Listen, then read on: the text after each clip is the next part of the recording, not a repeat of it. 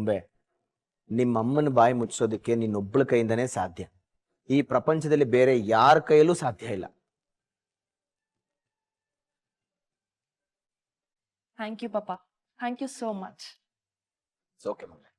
ಅದ್ ಸರಿ, ನೀನ್ ನಾಳೆ ಬರ್ಬೇಕಾಗಿತ್ತು, ಇವತ್ತು ಹೇಗ್ ಬಂದೆ? ಅಯ್ಯೋ, ಅದೊಂದು ದೊಡ್ಡ ಕತೆ. ನಮ್ಮ ಟೂರ್ ಆರ್ಗನೈಸ್ ಮಾಡಿದವನು ದೊಡ್ಡ ಈಡಿಯಟ್. ನಾವು ಲಾಸ್ಟ್ ಡೇ ವೈಲ್ಡ್ ಲೈಫ್ ಸಫಾರಿಗೆ ಹೋಗ್ಬೇಕಾಗಿತ್ತು, ಆದ್ರೆ ಅವತ್ತು ರಜಾ ಅಂತ ಆ ಗುಬೆಗ್ ಗೊತ್ತಿರ್ಲಿಲ್ಲ. ಅದಕ್ಕೆ 4 ದಿವಸ ಟ್ರಿಪ್ನ 3 ದಿವಸ ಮುಗಿಸ್ಕೊಂಡು ಬಂದ್ಬಿಟ್ವಿ. ಒಳ್ಳೇದೇ ಆಯ್ತು. ಆಗಾಗ ಜೀವನದಲ್ಲಿ ಮೂರ್ಖರಿಂದನೂ ಒಳ್ಳೆ ಕೆಲಸ ಆಗತ್ತೆ ಅನ್ನೋದು ಗೊತ್ತಾಯ್ತು. ಈಗ ನೀನು ಬರದೆ ಹೋಗಿದ್ರೆ ಏನ್ ಆಗಬಾರ್ದಿತ್ತೋ ಅದಾಗೋಗ್ತಿತ್ತು. ಕೆಲವು ಸಲ ಮೂರ್ಖರು ಬುದ್ಧಿವಂತರಿಗೆ ಸಹಾಯ ಮಾಡ್ತಾರೆ ಅಲ್ಲೋ ಗೊಂಬೆ? ಇಲ್ದೆ ಹೋಗಿದ್ರೆ ಲಕ್ಷ್ಮಿ ಯಾಕಿನ್ನೂ ಇಲ್ಲ ನಿಂತಿದ್ಯಾ? ಒಳಗ್ ಬಾ. ಓಹೋ, ತುಂಬಿದ ಸೇರ್ನ ಒದ್ದು ಒಳಗ್ ಬರ್ಬೇಕು ಅನ್ನೋ ಪ್ಲಾನಾ? ಅಕ್ಕ, ಅದು ಅವ್ವನೂ ಇಲ್ಲ ಗಿಬ್ಬನೂ ಇಲ್ಲ. ಬಾ ಒಳಗೆ ಬಾ. ಬಾರೆ.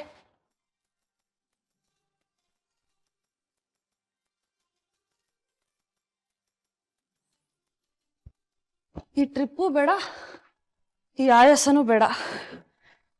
ಅಕ್ಕ, ನಿನ್ಗೆ ಆಯಾಸ ಆಗದೆ ನೀನೋಗಿ ಮುಖ ತೊಳ್ಕೊಂಬ.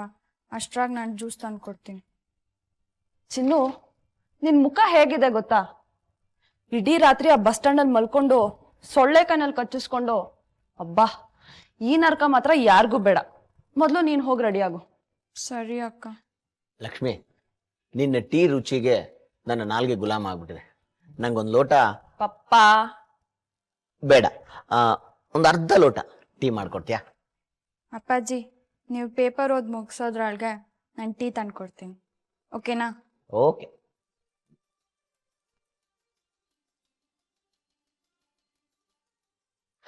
ಗೊಂಬೆ, ನೀನ್ ಬರೋದೊಂದು ಸ್ವಲ್ಪ ಲೇಟ್ ಆಗಿದ್ರು ಲಕ್ಷ್ಮಿ ಮನೆ ಬಿಟ್ಟು ಹೊರಟೋಗ್ಬಿಡ್ತಾ ಇದ್ಲು.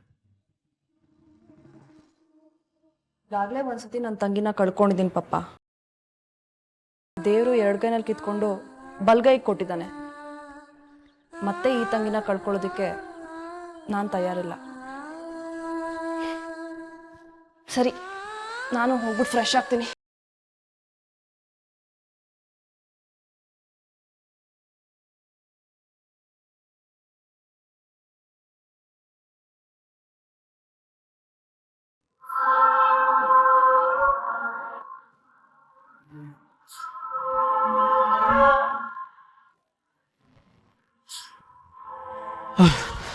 ಸಾರಿ ಕಣ ಚಂದನ್, ತುಂಬ ಕಾಯಿಸ್ಬಿಟ್ಟೆ. ಅದು ಅಮ್ಮನಿಗೆ ಕಷಾಯ ಮಾಡ್ಕೊಟ್ಟು ಬರೋ ಅಷ್ಟರಲ್ಲಿ ಇಷ್ಟೊತ್ತಾಗೋಯ್ತು.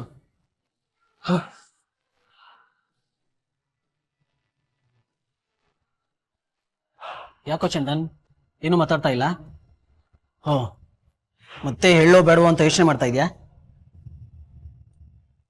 ಇಲ್ಲ ರಾಮ್, ಹಾಗಲ್ಲ.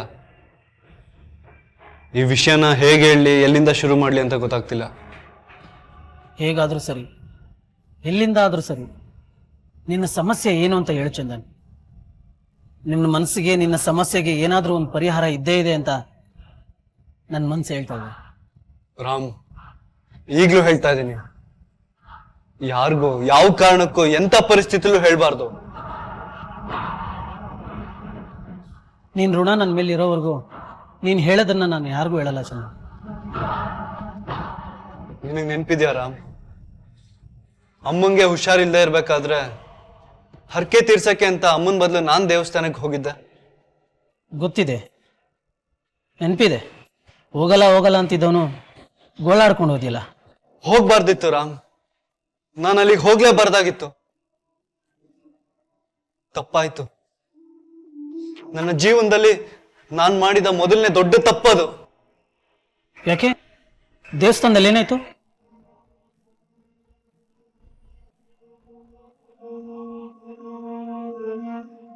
ದೇವಸ್ಥಾನದಲ್ಲಿ ನಾನು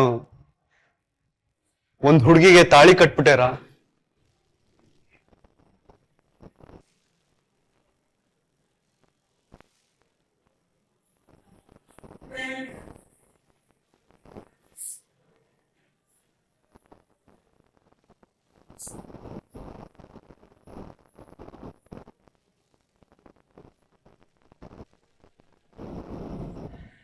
ತಾಲಿ ಕಟ್ದೆ ಅಂದ್ರೆ ಇನ್ನೇನ್ ಮದ್ವೆ ಆದೆ ಅಂತಾನೆ ಅರ್ಥ ಚಂದನ್.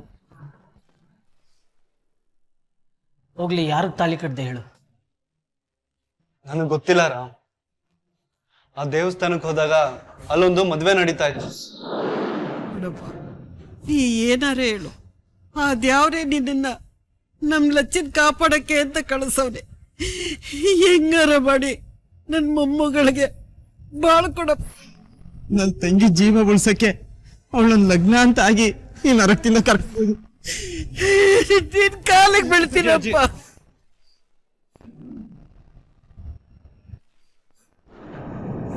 ಒಂದ್ ಹುಡುಗಿಗೆ ಅವಳ ಸೋದ್ರ ಮಾವನ್ ಜೊತೆನೆ ಮದ್ವೆ. ಆ ಹುಡುಗಿಗೆ ಆ ಮದ್ವೆ ಇಷ್ಟ ಇರ್ಲಿಲ್ಲ, ಯಾಕಂದ್ರೆ ಇನ್ನೊಂದ್ ಯಾವ್ದೋ ಹುಡುಗನ್ ಜೊತೆ ಮುಂಚೆನೆ ಮದ್ವೆ ಗೊತ್ತಾಗಿತ್ತು. ಆದ್ರೆ ಅಲ್ಲಿ ಹೋದ್ಮೇಲೆ ಗೊತ್ತಾಯ್ತು ಆ ಹುಡುಗ ನಾನೇ ಅಂತ. ಅಲ್ಲಿ ಜನಗಳ ಒತ್ತಾಯ, ಅವಳ ಪರಿಸ್ಥಿತಿ,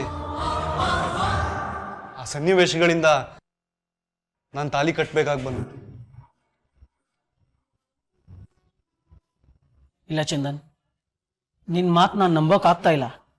ಅಲ್ಲ, ಯಾರೋ ಏನೋ ಹೇಳಿದ್ರು ಅನ್ಬಿಟ್ಟು ಗೊತ್ತಿಲ್ದೇ ಇರೋ ಹುಡುಗಿಗೆ ತಾಲಿ ಕಟ್ಟೋದು ತಪ್ಪಲ್ವೇನೋ? ನನಗೆ ಗೊತ್ತಿಲ್ಲ ರಾಮ್, ನಿಜವಾಗ್ಲೂ ನಾನು ಯಾಕೆ ಹಾಗೆ ಮಾಡಿದೆ ಅಂತ ನನಗೆ ಗೊತ್ತಿಲ್ಲ.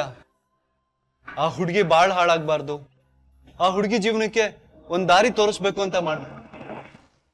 ನನ್ನಿಂದಾದ್ರೂ ಆ ಹುಡುಗಿ ಒಳ್ಳೇದಾಗ್ಲಿ ಅಂತ ತಾಳಿ ಕಟ್ಬಿಟ್ಟೆ ರಾಮ್. ಯಾರ್ದೋ ಜೀವನ ಉದ್ಧಾರ ಮಾಡೋದಕ್ಕೆ ಹೋಗಿ ನಿನ್ ಜೀವನ ಹಾಳು ಮಾಡ್ಕೊಂಡಲ್ಲ ಚಂದನ್. ಏನೋ ಮಾಡಕ್ ಹೋದೆ, ಅದ್ ಏನೇನೋ ಆಯ್ತು. ಸರಿ, ಆ ಹುಡುಗಿ ಯಾರು? ಈಗ ಎಲ್ಲಿದ್ದಾಳೆ? ಗೊತ್ತಿಲ್ಲ ರಾಮ್.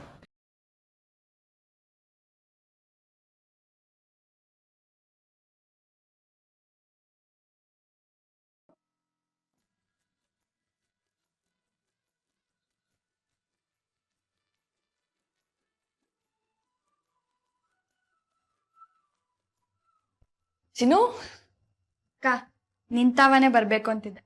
ತಕ. Thank you. ನೀನ್ ಟೀ ಕುಡ್ದ್ಯಾ? ಇಲ್ಲ ಅಕ್ಕ, ಈಗ ತಾನೇ ಅಪ್ಪಾಜಿಗೆ ಟೀ ಕೊಟ್ಟು ಬಂದೆ. ಅವಂಗೂ ಕೊಟ್ಮ್ಯಾಕೆ ನಾನು ಕುಡಿದೆ. ಅಮ್ಮಂಗ?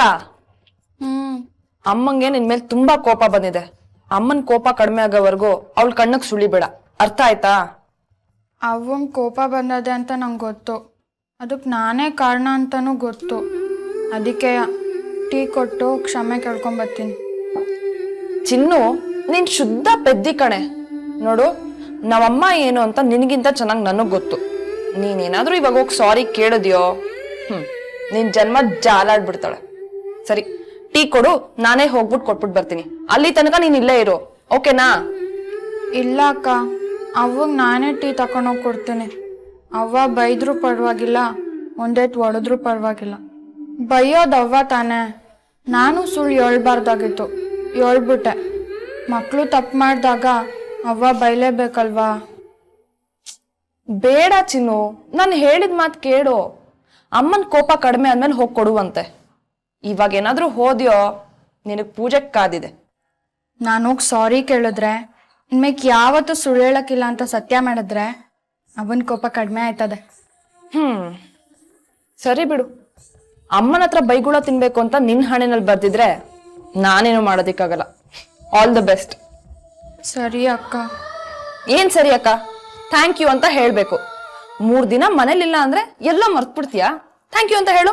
ಥ್ಯಾಂಕ್ಸ್ ಅಕ್ಕ.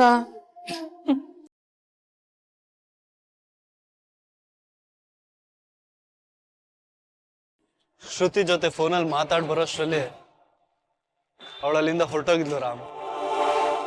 ಎಲ್ಲಿಗೆ ಹೋದ್ಲು, ಯಾಕೆ ಹೋದ್ಲು ಒಂದು ನನಗೆ ಗೊತ್ತಿಲ್ಲ. ನಾನು ಅದಾದ್ಮೇಲೆ ಹುಡುಕ್ದೆ, ತುಂಬಾನೇ ಹುಡುಕ್ದೆ, ಬಟ್ ಸಿಕ್ಲಿಲ್ಲ. ಅವತ್ತಿಂದ ಇವತ್ತಿನ ತನಕ ನರಕ. ಒಂದೇ ಒಂದಿನನೂ ನಿದ್ದೆ ಮಾಡಿಲ್ಲ, ನೆಮ್ಮದಿ ಆಗಿಲ್ಲ. ಇದನ್ನೆಲ್ಲ ಯಾರ ಹತ್ರ ಹೇಳ್ಕೊಳ್ಳಿ ರಾಮ್? ನನಗೆ ನಿನ್ನ ಪರಿಸ್ಥಿತಿ ಅರ್ಥ ಆಗುತ್ತೆ ಕಣೋ ಚಂದನ್. ಆದ್ರೂ ಆ ಹುಡುಗಿ ನಿನ್ಗೆ ಹೇಳ್ದೆ ಕೇಳ್ದೆ ಯಾಕೆ ಹೋದ್ಲು? ಅದಕ್ಕೇನಾದ್ರೂ ಒಂದ್ ಕಾರಣ ಇರ್ಲೇಬೇಕಲ್ವಾ? ಅದೇ ನನಗೆ ಅರ್ಥ ಆಗ್ತಿಲ್ಲ ರಾಮ್. ಮೊನ್ನೆ ಒಂದ್ ಮಾಲಲ್ಲಿ ಸಿಕ್ಕಿದ್ಲಲ್ಲ ಅಂತ ನಿಲ್ಸ್ ಕೇಳ್ದೆ. ಆದ್ರೆ ಅವಳು ನನ್ ಪಾಡಿಗೆ ನನ್ನ ಬಿಟ್ಬಿಡಿ ಅಂತ ಕೇಳ್ಕೊಂಡ್ಲು. ಯಾಕೆ ಅಂತ ಕೇಳಷ್ಟರಲ್ಲಿ ಅಲ್ಲಿಂದನೂ ಓಡೋದ್ಲು ಅವಳು. ಅಷ್ಟರಲ್ಲಿ ಶ್ರುತಿ ಬೇರೆ ಬಂದ್ಬಿಟ್ಲು. ಆ ಸಮಯದಲ್ಲಿ ನನ್ಗೇನ್ ಮಾಡ್ಬೇಕು ಅಂತ ತೋರಿಸ್ಲಿಲ್ಲ ರಾಮ್. ಸದ್ಯ ಅವಳು ಜೀವ ಸಹಿತ ಇದ್ದಾಳೆ, ಅದು ಬೆಂಗಳೂರಲ್ಲೇ ಇದ್ದಾಳೆ ಅಂತ ಗೊತ್ತಾಯ್ತಲ್ಲ. ಇದ್ರ ಮಧ್ಯೆ ಅವ್ರ ಅಣ್ಣ ಬೇರೆ ಅವಳನ್ನ ಹುಡ್ಕೊಂಡು ನಮ್ಮ ಮನೆ ತನಕ ಬಂದ್ಬಿಟ್ಟಿದ್ದ. ಅವನನ್ನ ಸಮಾಧಾನ ಮಾಡಿ ಊರಿಗೆ ವಾಪಸ್ ಕಳ್ಸೋಷ್ಟ್ರಲ್ಲಿ ಸಾಕೋಯ್ತು. ಅಲ್ಲ ಕಣೋ ಚಂದನ್, ಅಷ್ಟು ಸುಲಭವಾಗಿ ಅವನು ತಂಗಿನ ನೋಡ್ದೆ ವಾಪಸ್ ಊರಿಗೆ ಹೇಗೋದ? ಅಯ್ಯೋ, ಅದೊಂದು ದೊಡ್ಡ ರಗಳೆ. ನಾನು ಪೊಲೀಸ್ ಸ್ಟೇಷನ್ಗೆ ಹೋಗ್ತೀನಿ, ಕಂಪ್ಲೇಂಟ್ ಕೊಡ್ತೀನಿ ಅಂತೆಲ್ಲ ಹೇಳ್ತಾ ಇದ್ದ. ನಾನು ಅವನಿಗೆ 30 ದಿನದಲ್ಲಿ ನಿನ್ ತಂಗಿನ ಹುಡ್ಕೊಡ್ತೀನಿ, ಸಿಗದೆ ಹೋದ್ರೆ ಇಬ್ರು ಒಟ್ಟಿಗೆ ಹೋಗಿ ಪೊಲೀಸ್ ಸ್ಟೇಷನ್ ಕಂಪ್ಲೇಂಟ್ ಕೊಡೋಣ ಅಂತಂದೆ. ನನ್ ಪುಣ್ಯಕ್ಕೆ ಒಪ್ಕೊಂಡ. ಆದ್ರೆ ಆ 30 ದಿನಗಳಲ್ಲಿ ಈಗಾಗ್ಲೇ ಎಷ್ಟೊಂದ್ ದಿನ ಕಳ್ದೋಗಿದೆ. ಎಲ್ಲಿ ಅಂತ ಹುಡ್ಕೋದು, ಹೇಗ್ ಹುಡ್ಕೋದು, ಎಲ್ಲಿಂದ ಶುರು ಮಾಡೋದು ಒಂದು ಗೊತ್ತಾಗ್ತಿಲ್ಲ ರಾಮ್. ಚಂದನ್, ಪೊಲೀಸ್ ಸ್ಟೇಷನ್ಗೆ ಹೋದ್ರೆ ಹೇಳ್ಬಾರ್ದು ಸತ್ಯನೆಲ್ಲ ನೀನು ಹೇಳ್ಬೇಕಾಗತ್ತೆ ಚಂದನ್. ನಾನು ಏನ್ ಹೇಳ್ತಿದ್ದೀನಿ ಅಂತ ನಿನ್ಗೆ ಅರ್ಥ ಆಗ್ತಿದೆ ಅಲ್ವಾ? ಗೊತ್ತು. ಪೊಲೀಸ್ ಸ್ಟೇಷನ್ ಅಲ್ಲಿ ತಪ್ಪಿಸ್ಕೊಂಡವ್ರು ನಿಮ್ಗೆ ಏನಾಗ್ಬೇಕು ಅಂತ ಕೇಳಿದ್ರೆ ನಾನು ನನ್ನ ಹೆಂಡತಿ ಅಂತ ಒಪ್ಕೋಬೇಕಾಗತ್ತೆ. ಬೇರೆ ದಾರಿನೇ ಇಲ್ಲ. ಒಂದು ಸಲ ನಿಜ ಹೇಳಿದ್ಮೇಲೆ ಅಷ್ಟೇ ನನ್ನ ಜೀವನ ಸರ್ವನಾಶ ಆದ ಹಾಗೆ. ನೆಮ್ಮದಿಯಾಗಿದ್ದ ನಾನೇ ನನ್ನ ಕೈಯಾರ ನನ್ನ ಜೀವನ ಹಾಳು ಮಾಡ್ಕೊಂಡೆ. ಯಾವ ತಪ್ಪು ಮಾಡದೇ ಇರೋ ನಾನು ಶಿಕ್ಷೆ ಅನುಭವಿಸ್ತಾ ಇದ್ದೀನಿ. ಕಷ್ಟದಲ್ಲಿರೋರ್ಗೆ ಸಹಾಯ ಮಾಡಕ್ಕೋಗಿ ನೀನೇ ಕಷ್ಟದಲ್ಲಿ ಸಿಗಾಕೊಂಡಲ್ಲ ಚಂದನ್.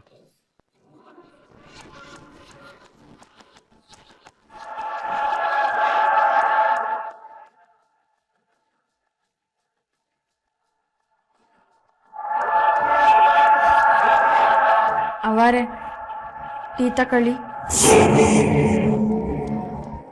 ಬೇಡ.